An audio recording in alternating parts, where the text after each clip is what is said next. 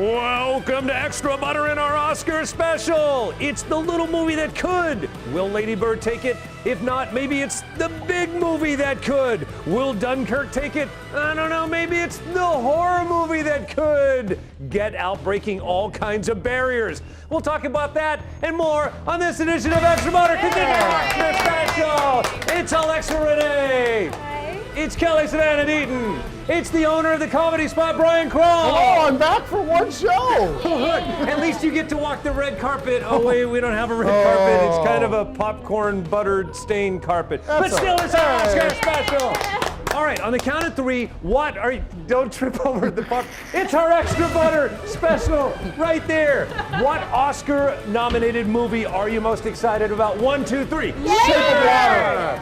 I just said because I haven't really made up my mind. But seriously, what are you most looking forward to? I want to see Lady Bird, and I can't wait to see Octavia Spencer. I'm saying, yeah, absolutely. Shape of Water, she was brilliant in that. Brian, you love Shape of Water. Oh yeah, I can't wait to see Shape of Water win big at the Oscars this year. I think it's going to take a lot of the categories. And Kelly? Get Out. I mean, come on, horror movies right up my alley, and Mary J. Blige. Well, we got them all. Jordan Peele, Mary J. Blige, all the stars nominated for the Academy Awards coming up right here, right now, because it's our Oscar special!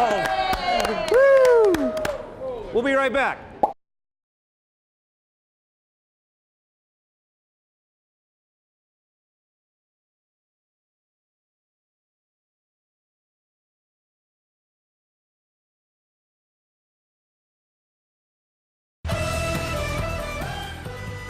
Hey, welcome back. It is Extra Butter, our Oscar special. If you couldn't tell by that fancy opening animation there, and also the fact that we got Brian Crawl from the Comedy Spot. Yeah, sure. Yeah, thank you. All right, let's meet the other players. Alexa, where did we find you? Hi, at Alexa Renee. All right, Kelly. And I'm Kelly. You can find me at Kelly Savannah Deaton. And when not at the Comedy Spot, where do we find you? Brian C. Comedy on all the social medias. All right, and I am right there if you want to argue about any of our favorite movies. Now, you said your favorite movie was going to be Shape of Water. You're kind of rooting for that a little bit. Absolutely. All right, you were saying? Definitely Lady Bird. Yeah, exactly. You got to root for Lady Bird. Greta Gerwig might take it. You were saying? Get Out. How do you not like horror movies? And the fact that a horror movie is in the Oscar race is incredible. And I love that it came out during a period in time where you don't normally park the Oscar-nominated movies and went to take it. I sat down with the cast and crew to talk about it, including Mr. Jordan Peele himself. Take a look. This movie, you know, writing a movie, you don't think like, I'm such a fan. You don't think someone's actually going to make your movie. Right. So you just write something with the passion. You write something with your favorite movie that you've never seen, and hopefully, you know, somebody picks it up. And you know, with Get Out, it was definitely a movie I didn't think anyone was ever going to make. How do you get through a movie like this without telling at least one person, here's what's really going on? Just knowing how how much more satisfying it would be to not know anything going into it. I think that, and Jordan really engineered it so that it's entertaining both ways, either if you've seen it already or if you haven't seen it yet. But seeing it for the first time has to be, we'll never have that experience, but without knowing what's happening, has to be one of the great. I slipped up in my barber shop in London, and then as the trailer came out, and I was talking about it, because, oh yeah, there's this, and then there's this. Right. And they're like, why did you just do that? Why did You're like, the whole barbershop was like, put down the razor. It was like, put down the razor. right, exactly. And I was like, oh, I've taken that away from him. And it was only a little bit, and I was like, oh yeah, this happens, and he has to, and then they were like, man, like, I'm gonna have to forget that. He's like, when is it coming out? I was like, February, March. He's like, I'm gonna have to forget that. And he was so downbeat, like, I was like, I'm never doing that again. Ooh, and you know what's really creepy? What? Her dad's Brian Williams. Allison Williams is Brian Williams' daughter. You know what? right. It's not so creepy, it's just trivia. That's all I'm saying. Cool.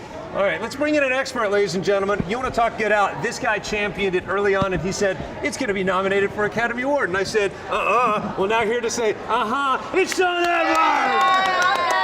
Hey, Sean. Hey, you knew. Hey, look, guys, I'm not fancy like you guys. Sure you are. You're fancier. You know how you know you're famous? When you dress like you're dressed right now at the Oscars. That says, I'm famous and I don't care. Very true, very true. All right, so this movie came out. I said I loved it. I love all the messages underneath the messages of the movie, but I never thought it was going to go on to be nominated for an Academy Award. And you said, oh, hell yeah, it will. Yeah, crazy, right? This movie, we've been talking about this movie for an entire year. How many movies does that happen? I mean, when it first came out, I just kind of had this feeling because it was nothing like I had ever seen before. I loved all the messages. I loved the way it played out. And it's like you know what? It's about time that horror movies get some love, and this is the one to do it. It's just one of those movies that have people talking and thinking at the same time. All right, one last question. Who are you wearing? I went local with the sweatshirt, and as it's well known, I can't name drop the brand with the hat, but the sweatshirt's definitely local from Kansas City called We Got Your Back Apparel. It's a fake Rolling Stone logo with KC branded in the top. Wow, represent KC. Nice. Yes, John Edwards, always. where can we find you on social media? All social media, S. Edwards KC, if you can stand to bear it. Hey, Brian, it's John Edwards, everybody. Thanks for hanging out, man. Good to see you. Thank you. Awesome. Bye, Sean. You know what's so weird about this year's Oscars is like you have movies that are polar opposites of each other. Right. Like Get Out and Lady Bird. Yep. Couldn't be more different. All in the same category. I don't want to be the person who decides who wins this year. All right, well, that's what we're here for, to discuss. Work out for yourselves. Follow us online. Shout back if we say something that conflicts or if you agree with. Brian Crawl, you love Shape of Water. Yeah, solid performances in the film. That aside, this movie is beautiful. I mean, every single frame of this movie, it looks like an artist did it, right? Let's get to like the love making Yeah. fish and human part. Thank you for bringing that up. I love your symbol. There is a hand sign language, despite the fact that one of the characters is hearing impaired. They do, Octavia does kind of a, I don't know if we can do it here. All right, I'm just Watch the saying. movie. There is a way Didn't of she saying. show you? Or didn't she talk about In the it? movie, she does it too, right? Yeah, so I'm sitting down with this Academy Award winner. Octavia Spencer is a class act and classes up any movie that she's in. She elevates it. The last thing I wanted to do is bring up the fish making love scene. But you did. She did. Don't put it on me. Look. Do you have a favorite scene, having seen the movie now?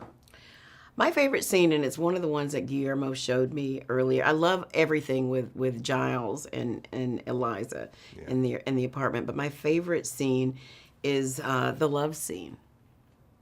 Oh, the getting busy scene? The getting busy scene, because you just, you don't realize how attached you become to rooting for these characters. Right, so. And it's kind of triumphant. And I'm explaining the scene to people, and they're saying, "Wait, how does the?" And then and I go, "You just got to see it. You got to see it. You got to see it." And the minute it's easy to suspend your belief and be a part of the world. So that by the time that they do, consummate their relationship, you believe it and you're rooting for it. Okay, but to be fair, it's really not that weird, okay? Beauty and the Beast came along. Nobody said anything when that happened. This is kind of the same thing. Beast, fish. Is it really that different? The message at heart is about love. Yes, and we all know that you can't pick the people you fall in love with, right? Right. And this would never happen in real life. Movies are escapism. Therefore, it keeps you entertained and you're like, what the? Yeah, this But coming it's a from the girl love whose story. boyfriend looks like an Abercrombie and Fitch model. Yeah. Listen, boy, did you. I have messed around with a fish before, all right? What? And I find it to be wonderful. Like, they are beautiful.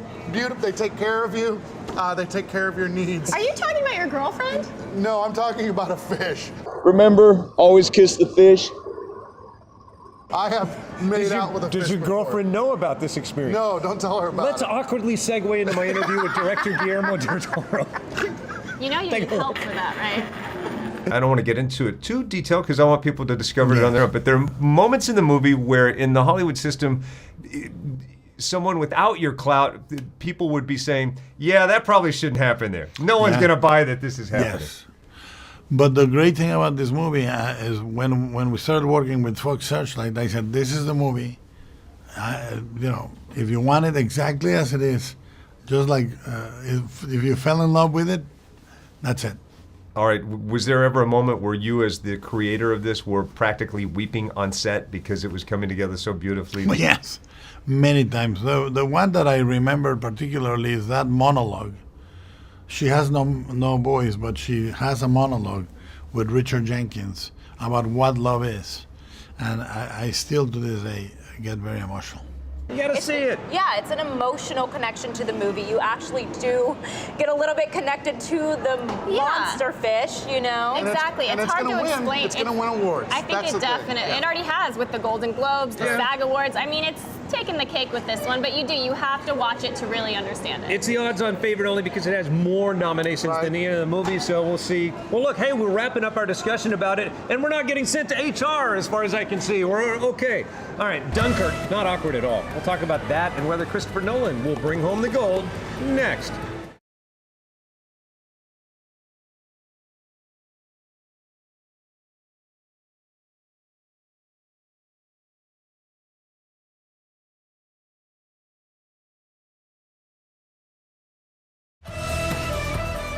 Hey, welcome back to Extra Butter and our Oscar special. This is where we talk about the movies that aren't Black Panther because, truth be told, everybody that's going to see Black Panther, make some noise! Woo-hoo!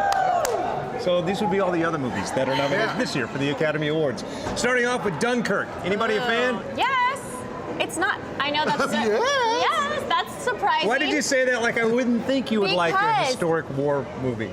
Typically, I'm not the demographic, I feel like, but let me tell you, it is an awesome movie because it's not your typical war movie. There's not a lot of gore. There is not a lot of crazy amount of violence and blood and gore and everything. And it's a short movie that has enough in it, enough intensity to keep you glued to the screen the entire time. And the performances, there wasn't a lot given. I think that's where I have my issue with the film. Like, there's not a lot of dialogue. You don't really, you don't care about the characters at the end of the film like you would in a normal film, but it's a beautiful film. It's like it's like Disney made this. It's like soaring over World War II. Right. You know what I'm saying? Like the visuals are amazing, right? The visuals are amazing, but there's not a lot of storyline. I sat down with Christopher Nolan and the cast, including Harry Styles, who said like 3 words in my interview, 2 more than he said in the movie. Take a look. The script was the shortest script I've ever written. The running time of the film is very lean, very stripped down film, because you can only sustain that for so long before you really exhaust people. But really that was always the intention, is to try and give the audience a rhythm and an experience of filmmaking that they haven't had before. All right, Harry, a question from a viewer. Hi Harry, it's Kenzie. So we're not taught much about Dunkirk in our schools here in America, so I was wondering if this rescue story was something that you knew growing up. Yeah, I think you touch on it at school, but it's not, I think it was so early on and obviously not considered a victory. So I don't think people teach it as much as you would expect, and I think there was something that's so great about the movie is that it's such a massive piece of history and an important part of the war. Yeah, an amazing, epic movie. Christopher Nolan definitely at least deserved the nomination, if nothing else. Yeah, sure. One thing that I haven't gotten wrong in 20 years, animated feature. And I'm feeling it this year. Okay. How could it not be Ferdinand? How could it not be Boss Baby? Stop. You said, like, while we were commercial, you looked at you, Ferdinand, how is that even nominated? Yeah, I thought it was a joke, you guys. No offense, John Cena, no offense. No, I will get crazy up in here. You like movies? We'll make a movie. Still love you, but Even yeah, John Cena knows he's not going to win for Best Picture. All right, let's just be real. It is a good movie. Es bien, muy bien, but not as bien as Coco. And I'm speaking Spanish because this is a movie that truly celebrates the Latin culture deeply and perfectly. Oh my gosh, you guys already know how I feel about Coco, and I'm not gonna lie, I already knew that it was going to be nominated before I even saw the movie. I mean, it has everything. The animation is unreal, the story is unreal, the research behind the movie is unreal. Like, everything is just hands-on, on point for this movie. Yeah. I was listening to an NPR story where there is a village that produces guitars like the one from the movie, and they are selling more guitars than they've ever sold, and it's in the same image as the one in the movie. So it's a white guitar, and it's all it's decorated just like They're it. smart to do that. Yeah. And if you don't know anything about Dia de los Muertos, that's something, you know, that Dia de los Muertos. It's also educational in that sense because it teaches you about a culture and like something that's very, very highly regarded in Mexican culture that maybe you could learn a little bit from this movie. And respecting your ancestors. I talked to Benjamin and Anthony about it. This movie is so beautiful, and I want to say, just talking about it makes me want to weep, but they're happy tears, right? Yes. Yeah. No, that's been a really gratifying reaction to discover that, you know, for the most part, audiences know what they're getting into when they go to a Pixar movie. They're gonna have a great, they're gonna have a great time. Right. There's always gonna be a sense of adventure and humor and a little bit of emotion. But I think all of those things are amped up to the 10th degree, when it comes to watching this movie. In part, I think, because it's a reflection of this really vibrant, beautiful culture that not a lot of people have a true understanding of, because it's never been depicted this way before. Right. Well, doing two things that I love to do and that I will do forever is to sing and to act, and doing them in Coco has just been so much fun. And yeah, especially with an amazing cast like Benjamin Bratt and the rest of the cast. So not to put you on the spot, but you get to sing in this movie. It came as a big surprise. So sing, when I go, okay, your favorite line that you sang from this movie, what does that sound like? Belt it out right now. Give him a piece of Poco Loco. Okay. A little sample. Give me a hint. You make me un poco loco, un poquitito loco, the way you keep me guessing. I'm nodding and I'm yesing, I'll count it as a blessing, that I'm only un poco loco. Hey, now that is a sample. And that's a true performer. And you? Ain't gonna happen, brother. I can't say enough good things about those two and this movie and the people who brought it to you. Pixar animators didn't want to just give you a cheesy caricature snapshot of Mexico. Some of them lived in Mexico. I actually took a journey to San Miguel de Allende, which inspired many scenes in this movie. So what did you think? Of San Miguel or Coco? No, of San Miguel. I want to know, does it live up to the hype? Well, I saw the movie and talking to Pixar animators, they whet my thirst for wanting to jump into this culture in a way I never have. Everybody's gone to all of the resorts in Mexico. Very few people outside of Mexico have made the journey to really get to know the culture. Right. And San Miguel puts you right in the center of it. So yes, I loved it, and I absolutely see why they were inspired so. I think that's really cool that you took that extra step, Mark. Yeah, I think that's really neat. I almost started crying talking about it. It's beautiful. Anyway, if you haven't seen the movie, you need to buy it now immediately. Yes, buy it for sure. All right, another movie that's equally as important, Mudbound. It should be nominated in each and every category. It did okay. We'll talk with its stars. Also, all the money in the world celebrated in a unique way, a Guinness record. I'll explain that next.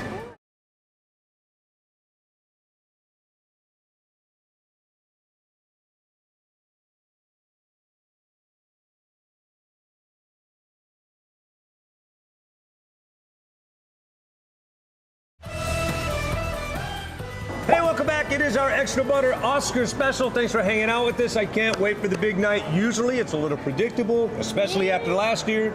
All bets are off. It's really competitive this year, I'm not gonna lie. We've had debates off camera, just talking about it, There's a lot of great contenders this year. There is. This is an illusion. Rarely, with the exception of the occasional Star Wars, do we actually sit like this and watch movies. We see movies at separate times. You saw Mudbound before any of us and said, Mary J. Blige will get nominated for this. I did. That was the first time I actually called something correctly. Nice. But it's crazy because the first 5 to 10 minutes, Mary J. Blige, you do not know that is her in this movie. Oh yeah, I had no idea. She gives such a stoic, serious performance, and that was her main goal. All the women in this movie, they don't say a lot, but they say so much with just the feeling they give you and the empathy they have. It's an incredible movie. I think Jason Mitchell should have even been nominated. Oh yeah, of course. And you sat down with her, Carey Mulligan. What'd you guys talk about? Exactly that. How she's been training. Mary J. Blige has been training with her own family for her role for a very long time. Take a look. Well, I think I was being prepared for this role since I was a little girl. My mom and my dad are Southern, so my mom sent me down south every summer. And so my grandmother was this woman, my aunts were this woman, and they all have farms, and I saw them kill chickens and and cows. I saw them kill a lot of animals, and they were very powerful, silent women.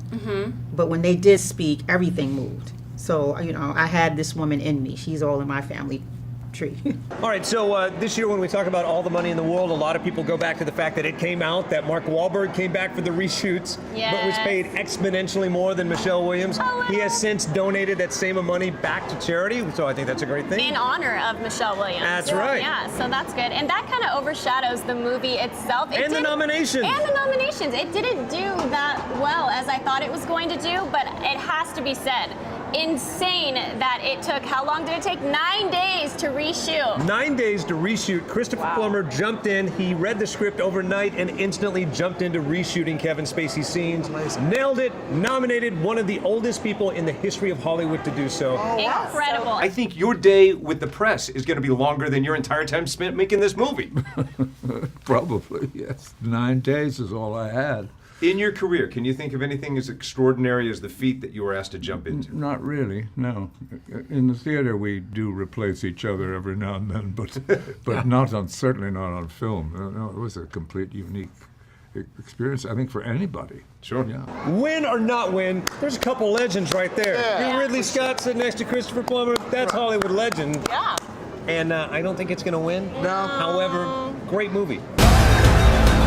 I had to brush off my funeral suit to come here today. Luckily, I haven't used it in a long time. It was dusty. All right, I know you will be putting that suit back on in mourning if Greta Gerwig does not win, because he owns a club in Sacramento called the Comedy Spot. You're rooting for your hometown. I am. I thought this movie was great. I liked it even better than what I thought I was going to like it. Mm-hmm. I thought it was just going to be a movie set in Sacramento. I'm from Sacramento, but it was a movie about Sacramento, and I think if you've lived here for a long time, you know how special this city is, and how it is a growing city, and I think she captured that beautifully, and so I commend her for like going after something that isn't really popular. I mean, like, I'm going to pitch a movie about Sacramento. I'm sure it was hard to get made. I talked to Greta Gerwig about all of this stuff. Take a look. All right, I've seen it twice now. I want to see it sitting next to you and go, did that happen? Did that happen? Did that happen? I know it's not truly autobiographical, but I know Scott, and when he handpicked the movie Top 5 with Chris Rock, this movie is as much about you as it's not about you. Yeah, I mean, it's not literally autobiographical, but it's really close to my heart, and it's really personal. I've never jinxed anybody by saying this ever. I can tell you at least a dozen people that went on to get the Academy Award when I said congratulations in advance on all the awards for screenplay, acting, supporting acting, directing, everything. You deserve it, and if you don't get it, I know the nods are at least going to come your way. Thank you so much, and I'm gonna just knock wood, and I'm crossing my fingers, and I would be thrilled. All right, confirmed on that red carpet right there. It is not autobiographical. I don't know. Regardless, I hope it goes on to win an Academy Award. Yeah. You know, truly, if you really dig deep into it, it's the story of Brian Crawl. It's true. Yeah. I went to a Catholic school, girls' Catholic school. Did you wear the little skirt? I did. Really? Did you wear the Britney Spears ponytails? Did you go to confession? And what were you confessing about Brian Crawl? No, Tell us now. Don't ask. You know what I'm hoping for next year? Can I get in a time machine and go forward to this very show we're talking about next year? Yeah. I can't wait to talk about all of the Academy Award nominations for Black Panther. Yes. Ryan Coogler for Best Director. Absolutely. That's a good Next year. call. Next Good year. call. All right. Hey, you do have something in common with him. I do. We were both made at Sac State. It's like a special thing that Sac State puts out. Yeah? So I was on some buses. You might have seen me on some buses. Really? Brian's really famous. On a thing inside I was inside the mall as a squirrel. Let's not talk about that. Want to know? That's right. I was made at a drive-in movie theater in Amarillo, Texas. Sound of Music was playing. And, oh, look, we're out of end credits. Have a good one. See ya.